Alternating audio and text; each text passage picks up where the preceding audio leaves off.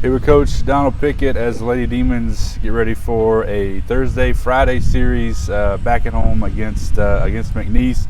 But first, Coach, talk to me about outside of, well, maybe even including Sage's performance, an overall frustrating type of week down at Corpus Christi. Yeah, we just, whether it was a long trip or whatever it was, we just didn't seem as focused as we've been.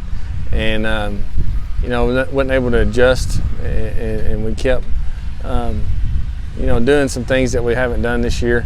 It was frustrating for everybody, but we got to learn from that. If we do anything, not do anything else from that series, is learn from it and make sure that we are, coming in here, and they've worked hard the last couple of days in practice, and we've worked on a few things, trying to shore some things up that gave us some problems, and hopefully, we'll move forward with it and learn from it, and we can spin it to be a positive for us and wake up call coming down the stretch here. And obviously, we're going to play a great team this weekend in McNeese, and we're going to have to play our best games, and we're going to have our head, our mind right going into it, and have the right approaches going into it, and continue to pull together as a team to make this happen.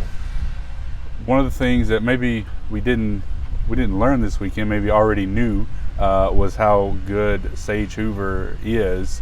Talk about her performance in that Friday, that opener, 12 innings, 6 2/3, no hit to start, 18.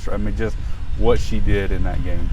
She kept us in the game. We didn't hit it all in that first game down there, and struggled just for whatever reason.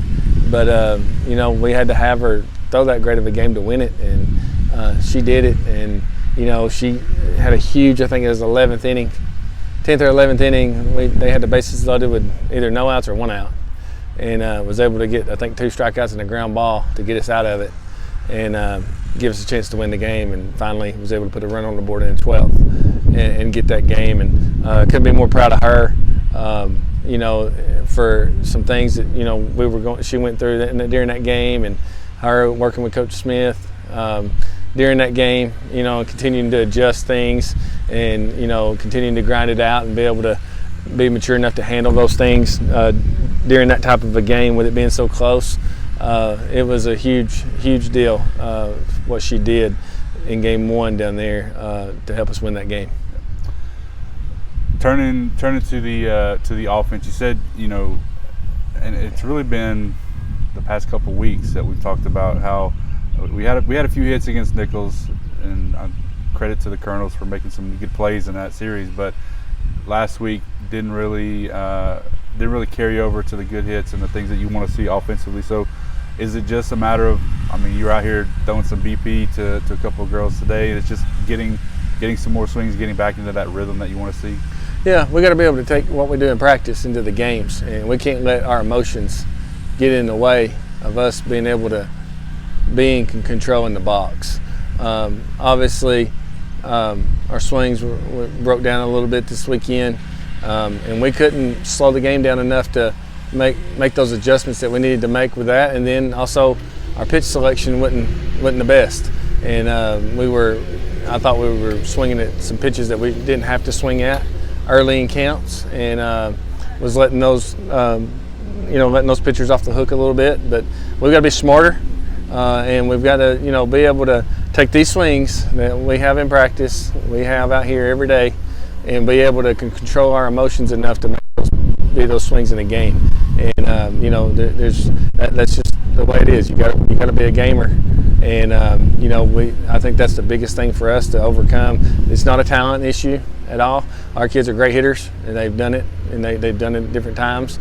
But to be more consistent, they've got to be able to take those swings to the games, and they've been working really hard the last 2 days on that. And I believe they've seen the importance, and they've seen it out here, and they've seen the difference. So now it's up to them to make it happen, and I've got confidence in them that they will. They'll come out here ready to go.